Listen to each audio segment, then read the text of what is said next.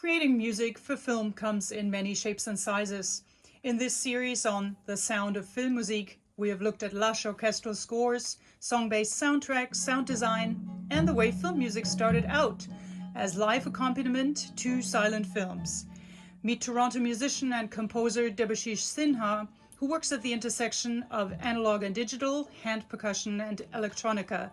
For the Goethe-Institut Toronto, he has in the past created a live cinema event with improvised music by his IMA ensemble to bring Murnau's popular vampire film Nosferatu to life, which we can see and hear here. Deb, as a composer and musician, how do you approach and access a film like Nosferatu, a story that has you at the edge of your seat, but is also an oft-presented classic and seemingly known entity? Well, for me, whenever I'm in a context like this, the important thing is always story. That always has to come first. And me and my ensemble made a real conscious decision to just really engage with the moment of free music and the moment of the film to tell the story that was on the screen at that time. Why did you choose the instrumentation you chose to accompany the audience through this quintessential horror film?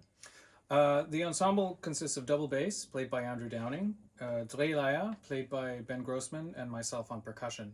And the reason I chose this instrumentation was, first of all, it's a very unconventional and interesting instrumentation, but mostly because I play a lot with these musicians. Andrew and Ben and I have played many concerts together, and we know how to communicate in a way that is really quite special. And we were able to make something that was not only of the film, but also, in a way, an expression of our friendship. You have scored and sound designed animation films, docs and feature films, as well as working a lot in dance and theater.